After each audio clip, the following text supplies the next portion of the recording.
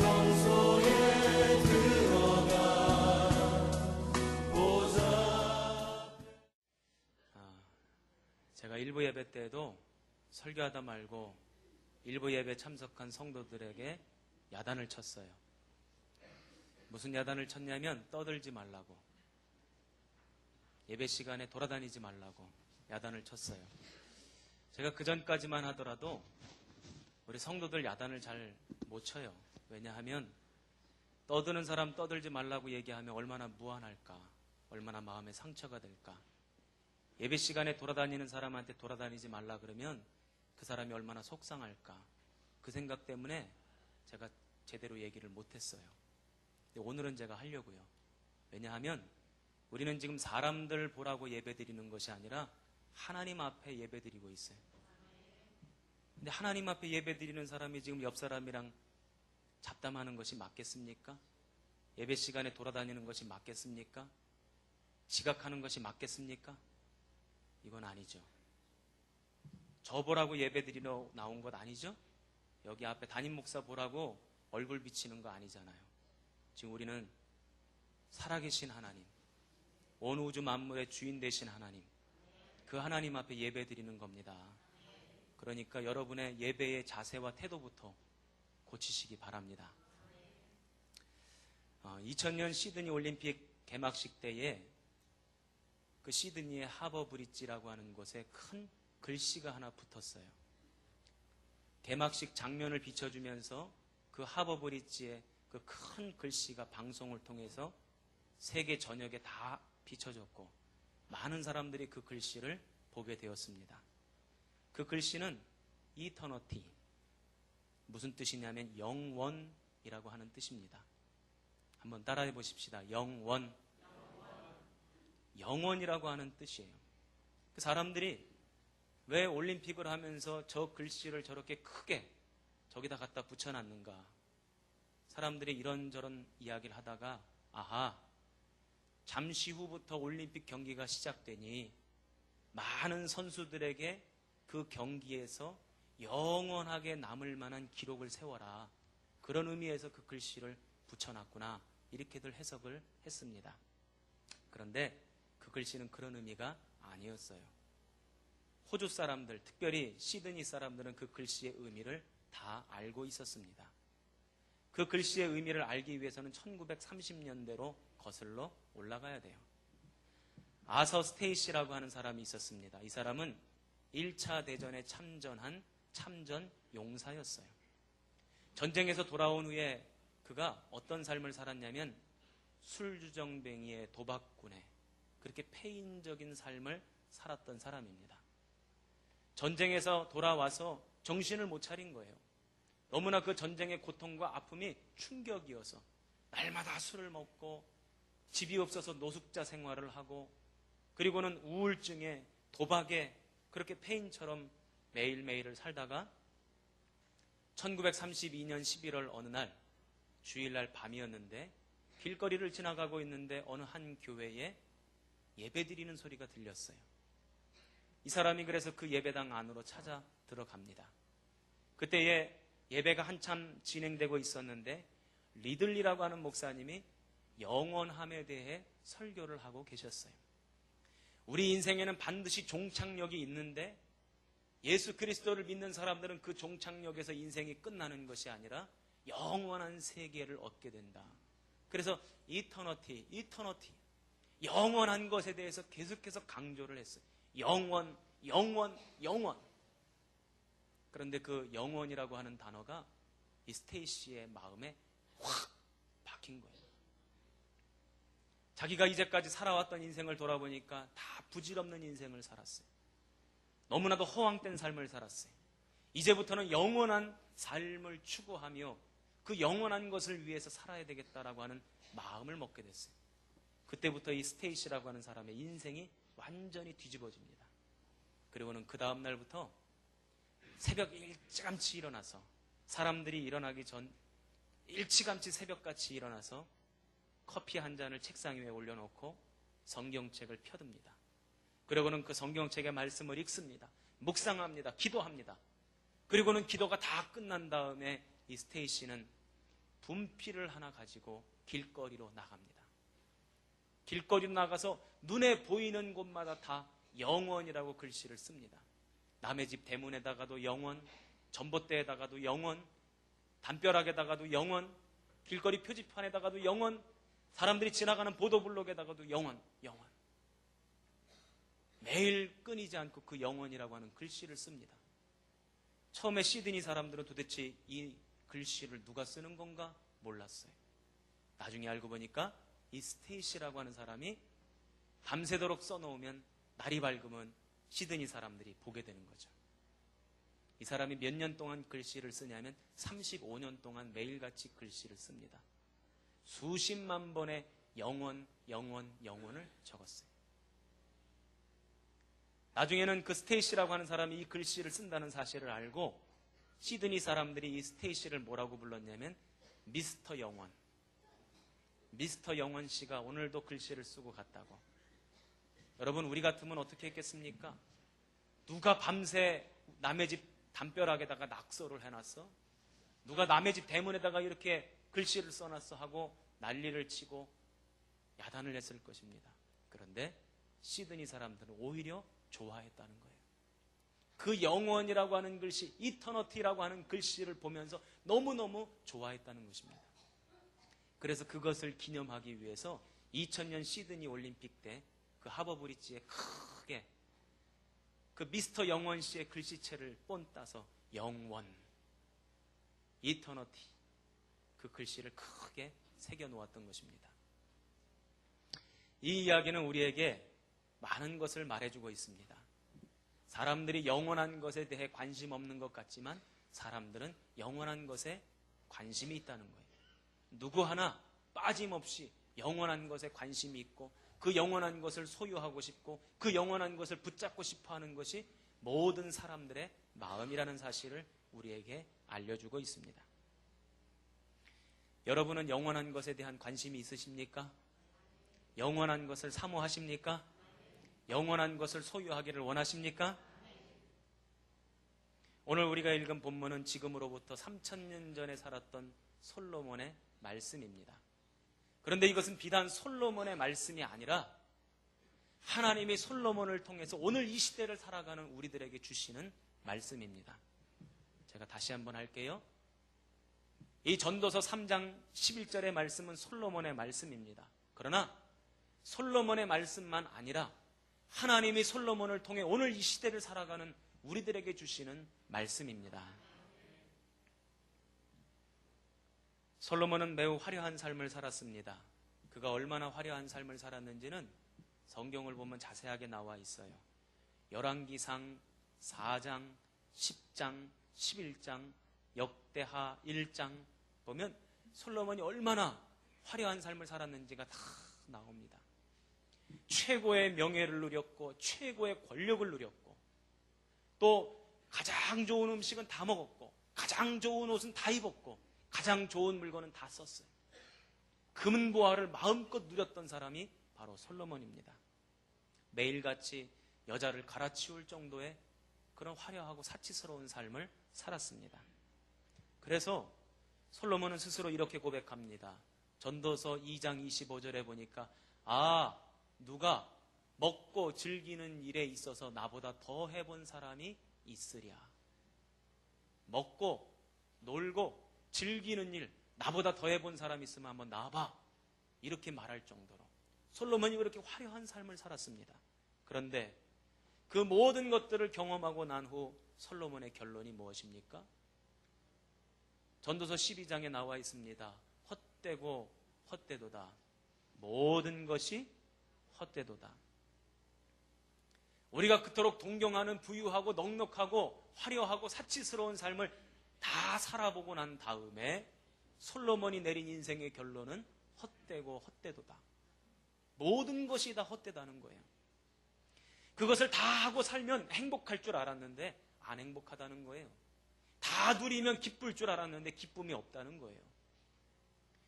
전도서 2장 17절엔 이런 말씀이 있습니다. 이러므로 내가 사는 것을 미워하였노니 이는 해 아래에서 하는 일이 내게 괴로움이요 모두 다 헛되어 바람을 잡으려는 것이기 때문이로다.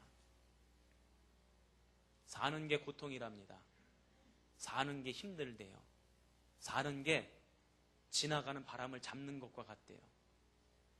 이게 솔로몬의 고백입니다. 그래서 솔로몬은 깨달은 것이 있습니다. 이 땅에 그 어떤 것을 다 주어도 만족하지 못하는 것이 우리 인생이구나. 어떤 것을 다 가져다 주어도 다 누려봐도 행복하지 못한 것이 우리 인생이구나. 이 사실을 깨달았다는 거예요. 세상의 그 어떤 것으로도 채울 수 없는 것이 우리의 심령이다. 이 사실을 깨달았다는 것입니다. 어제 토요일날 저녁 때 성경 공부가 시작되었어요. 어제 이제 한 10분 정도, 10분 아직 다 못 된 것 같은데 참여해서 성경 공부를 하다가 말고 그런 이야기가 나왔어요. 우리나라에서 제일 부자가 누구냐? 이건희 삼성 회장이죠. 그가 가지고 있는 재산이 한 25조 원 정도 된대요.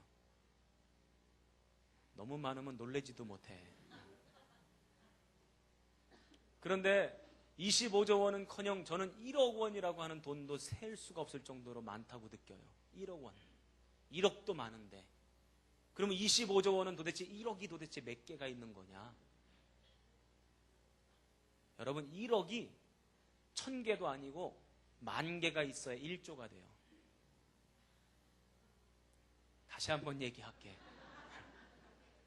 1억이 10,000개가 있어야 1조가 된다고요. 10,000개가 있어야.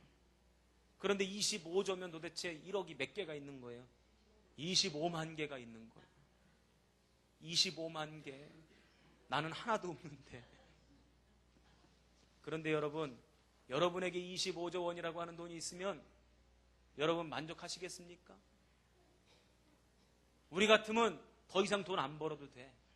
더 이상 애쓰지 않아도 될 것 같아요. 그런데 그 사람은 25만 개, 1억이 25만 개 있는데도 만족하지 못하고 더 벌어야 된다잖아요.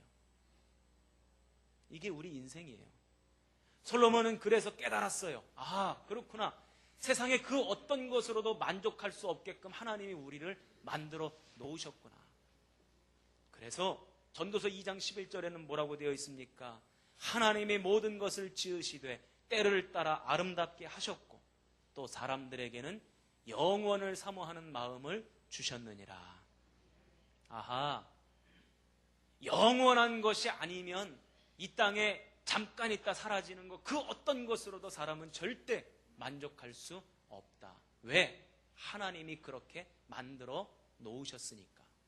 하나님이 우리 인생을 그렇게 지으셨으니까. 아멘 안 하실 겁니까?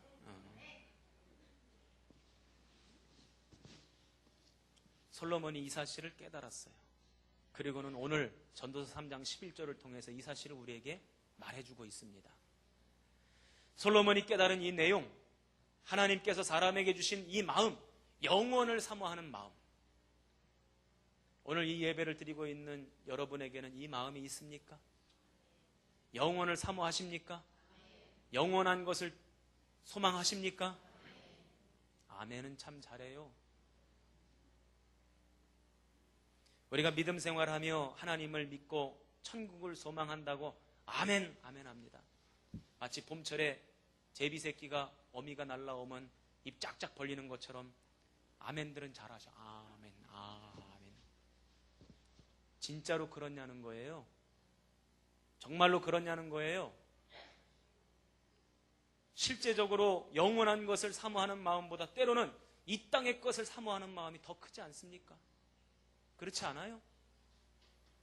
여러분, 저와 여러분이 한번 우리의 마음을 솔직히 들여다봅시다.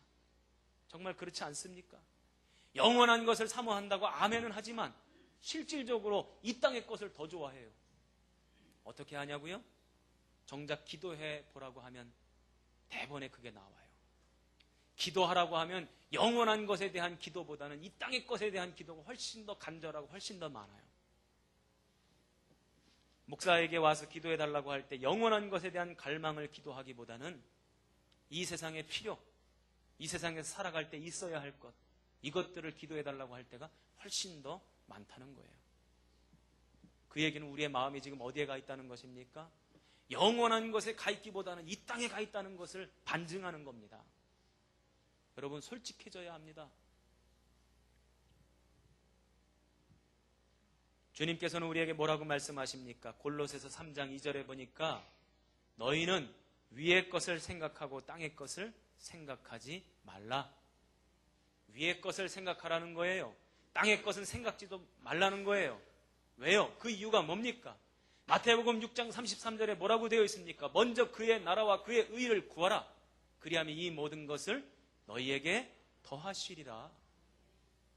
너희가 하늘의 것을 생각하고 하늘의 것을 구하고 하늘의 신령한 복을 간구한다면 그 나머지 이 땅의 것들은 하나님이 다 알아서 책임져 주시겠다는 거예요. 그것이 성경의 원리입니다. 복을 받는 비결입니다. 그런데 우리가 이 원리와 비결을 알지 못하고 오늘도 하늘의 것을 구하기보다는 이 땅의 것을 구하며 살아갑니다. 건강하게 하옵소서. 분명히 건강해야 되겠죠. 물질이 축복을 허락하옵소서. 물론 물질이 축복해야 되겠죠. 이 땅에 행하는 일이 잘되게 하옵소서. 물론 이 땅에 행하는 일이 잘되게 해야 되겠죠. 그러나 그 이전에 우리가 먼저 구해야 될 것은 영원한 것, 하늘의 것, 이것을 구해야 된다는 것이죠.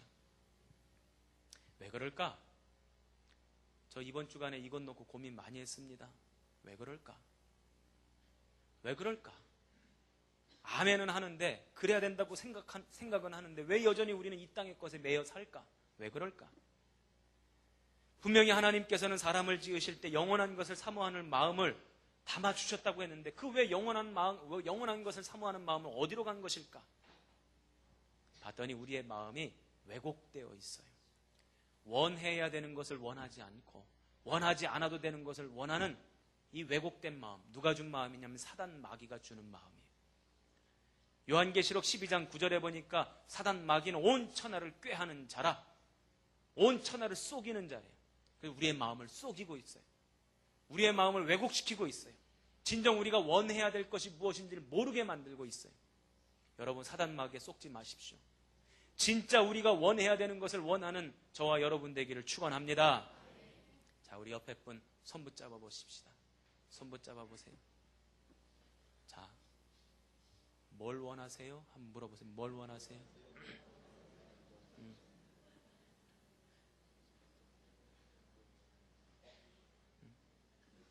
여러분, 뭘 원하십니까?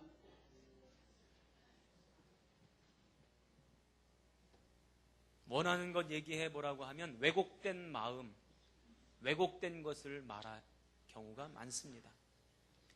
제가 예전에 읽었던 것인데 아마존 밀림에서 한 소년이 발견이 됐어요. 보니까 홀로 짐승들과 같이 더불어서 그렇게 지내다가 이 아이가 발견이 된 거예요. 보니까 사람처럼 살아가는 게 아니고 뭐처럼 살아갑니까? 짐승처럼 살아가요. 그래서 그 아이를 데려다가 씻기고 먹이고 입히고 교육도 시키고 그럽니다. 그런데도 이 아이가 옷을 입혀놓으면 맨날 옷을 벗어 제끼고 침대에다가 눕혀서 재우면 아침에 가보면 침대 밑에 들어가 있고 먹을 거 갖다 줘도 제대로 안 먹고 딴 데 돌아다니면서 막 사냥해서 먹고 말을 가르치고 예절을 가르치고 사람이 살아가는 문화를 가르치는데도 몇 년이 지나도 얘가 바뀌지가 않는 거예요. 하루는 선생님이 가서 얘야, 너한테 우리가 정말 뭘 해줬으면 좋겠니? 너한테 필요한 거 우리가 지금 다 해주고 있는데 네가 원하는 거 다른 거 같아. 뭘 해줬으면 좋겠니? 하고 물어봤어요. 그랬더니 그 아이가 선생님한테 그랬대요. 선생님, 저 천정에 매달려 있는 도마뱀 좀 잡아주세요. 먹게. 지가 진짜로 원해야 되는 것이 무엇인지 모르고 있죠. 우리들도 마찬가지죠. 이 땅을 살아가면서 우리가 진짜 원해야 되는 것이 뭔지 모르고 살아갈 때가 있다는 것입니다. 왜곡된 마음이죠. 인도네시아의 뉴기니 서쪽 지역을 선교하셨던 돈 리처드슨 선교사님이 계세요.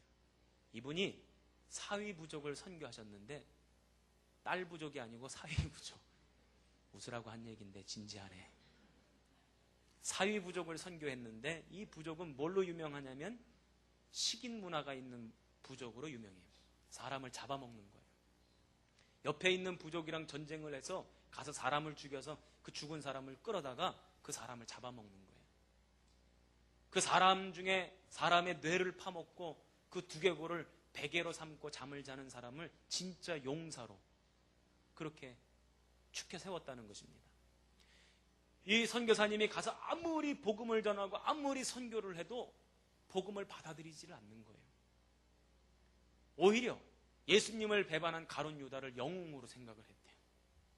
그래서 너무너무 답답해서 이 선교사님이 이 부족은 선교가 안 되나 보다 하고 선교를 정리하고 떠나려고 할 때에 이 부족의 추장이 다른 부족의 추장과 평화협정을 맺는데, 전쟁하지 말자 하고 평화협정을 맺는데, 이 추장이 갓 낳은 아기를 그 저쪽 추장에게 먹으라고 준 거예요. 너무나 어처구니가 없는 일이죠. 그런데 이 선교사님이 그 모습을 보고는 그렇구나. 이 아이가 죽음으로 말미암아 이 부족과 저 부족이 화해를 이루는구나. 이 사실을 깨닫고는 예수 그리스도께서 이 땅의 평화의 아이, 추장이 저쪽 추장에게 준 그 아이와 같이 이 땅에 왔다 하는 얘기를 했대요.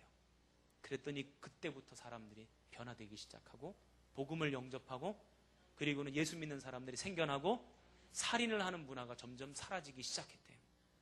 나중에 이 사람들이 그런 말을 하더래요. 사실은 우리도 사람 죽이는 거 너무너무 싫었고 사람 잡아먹는 거 너무너무 싫었습니다. 그런데 다른 사람들이 다 하기에 사회가, 우리가 살고 있는 이 부족의 문화가 그런 문화이기에 어쩔 수 없이 끌려가서 사람을 죽이고 사람을 먹었습니다. 그러더래요. 여러분, 우리가 이 땅의 것을 원하고 이 땅의 것을 추구하는 인생이 마치 그와 같아요. 다른 사람들이 다 그러니까, 세상이 다 그러니까 그렇게 살아야 된다고 생각을 해요. 영원한 것을 바라보며 살아가는 인생은 뭔가 어리숙한 인생이고, 세상 사람들이 살아가는 방식대로 세상의 것을 추구하며 살아가야 그것이 맞는 인생이라고 생각한단 말이죠. 정말 그렇습니까? 아니에요. 이건 왜곡된 마음입니다. 하나님이 우리에게 주신 마음은 영원을 사모하는 마음. 한번 따라해 보십시다. 영원을 사모하는 마음. 저와 여러분의 마음 속에는 영원한 것을 사모하는 마음이 담겨져 있어요. 그것이 왜곡되어 나타날 뿐입니다. 저는 오늘 이 시간 말씀을 전하며 여러분들에게 권면드립니다. 이 한 주간 살아갈 때 매일매일 아침에 일어나서 내가 진정 원해야 하는 것은 무엇인가? 한번 따라해 보십시다. 내가 진정 원해야 하는 것은 무엇인가? 자, 시작! 이것을 매일매일 스스로에게 질문하며 살아가십시오. 그리고 내가 원해야 되는 것을 원하지 않고 원하지 않아도 되는 것을 매일매일 원하며 살아갔다면, 하나님, 오늘 하루 영원을 사모하는 마음을 저에게 주셔서 그 마음 가지고 이 땅을 살아가게 하옵소서. 그렇게 기도하시기 바랍니다. 또 한 가지 우리가 알아야 할 내용이 있습니다. 11절의 뒷부분입니다. 우리 11절 말씀 같이 한번 다시 읽어보겠습니다. 같이 읽어보십시다. 11절 시작!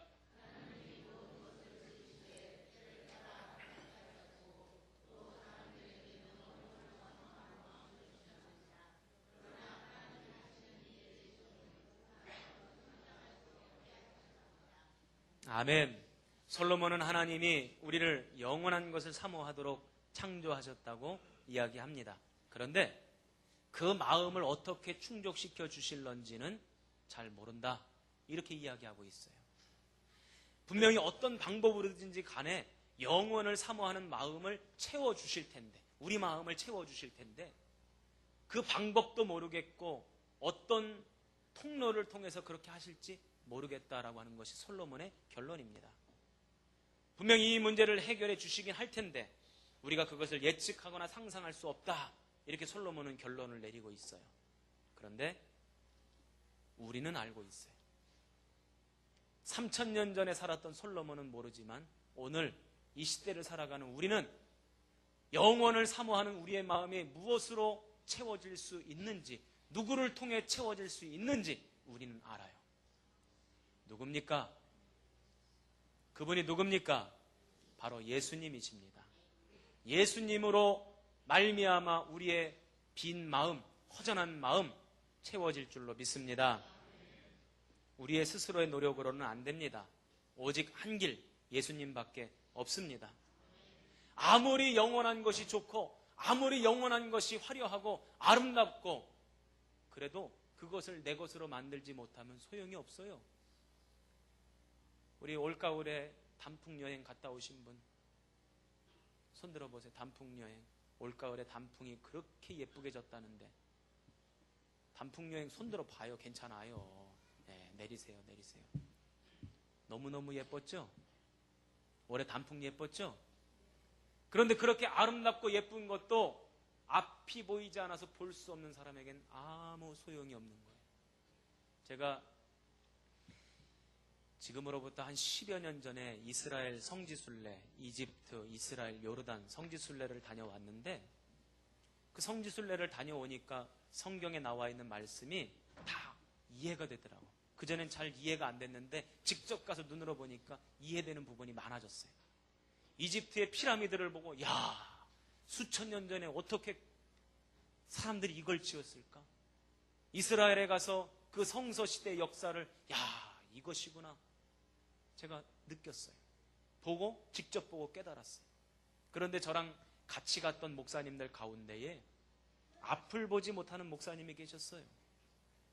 제가 한 번은 그 목사님을 이렇게 쳐다보면서 안타까운 마음이 드는 거예요.